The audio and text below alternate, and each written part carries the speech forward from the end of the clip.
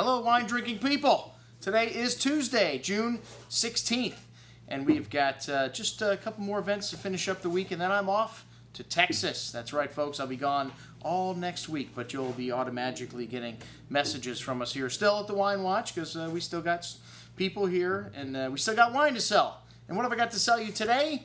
We've got some great champagne from Champagne House Perrier Jouët. And this is one of the prettiest bottles in the champagne business. Maybe that's why some people don't take Perrier Jouët. Jouët. Is that how you say that? Is it Perrier Jouet or is it Perrier Jouët? It's Jouët because of the little accent over the U that makes the T pronounced. It's one of the things that I remember from French class, that the only consonants that you pronounce in the French language are all in the word careful. C, R, F, and L. And T is not one of those consonants, but however you see the little accent, that means you have to pronounce it. Okay, well, there's the French grammar lesson for today. Perrier Jouët is a house that's very well known. As a matter of fact, the state of Florida sells more Perrier Jouët than any other market in the United States of America. Probably any other market in the world, because we're the #1 consumers of champagne in the world. That's right, folks. The United States, as of, I think, 1984, sometime, well, it says it in Tom Stevenson's book, that we are the largest drinkers of champagne, and that book I think was published in 89 or 90.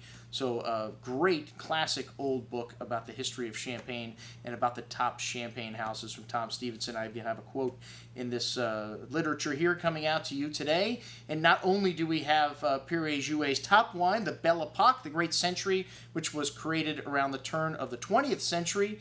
There was a period like between 1817 and 1914 where we had no wars, and there was a huge amount of prosperity and a lot of advances in science, art, and literature.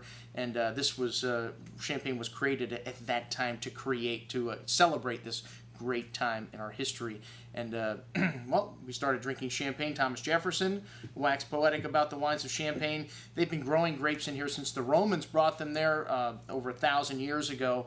And the wines of Champagne become well known because, well, I don't know, several kings were crowned in Reims, one of the towns in Champagne, and also because of its proximity to Paris. It was very easy to get the wines there, but, you know, champagnes were not always bubbly. As a matter of fact, this method, champenoise, the method that they used to make champagne, just came about recently within the last 150 years. Well, I think Dom Perignon lived around the end of the 18th century, and he was credited with several advances because, you know, there wasn't one person that just invented champagne. It was a process that was created over a period of years. Dom Perignon was, well, he brought cork enclosures back to the process, which cork enclosures were used years ago, but for some reason they stopped using them. They used wood.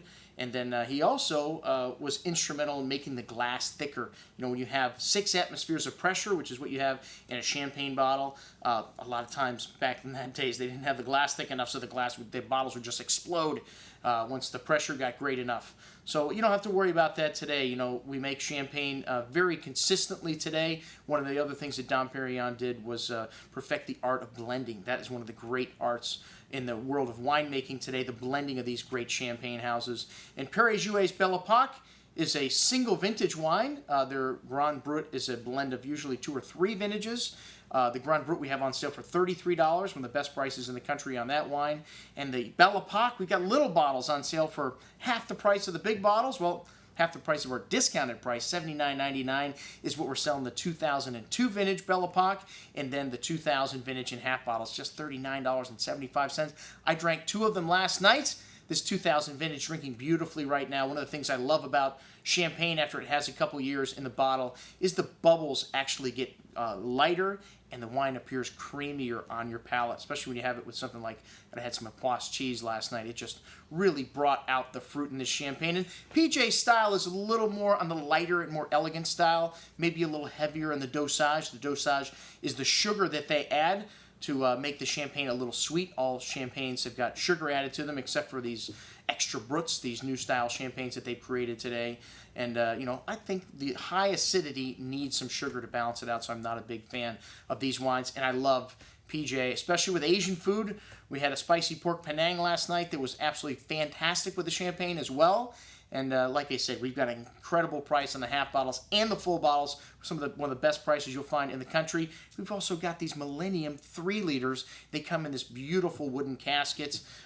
Very incredibly rare. They were made for the Millennium, drinking probably at or near their peak right now from the great 1995 vintage. So check it out, all the stuff from Champagne Perrier Jouët. I'm your host, Andrew Lamposoni, signing off for the Wine Watch, saying remember, always drink the good stuff first.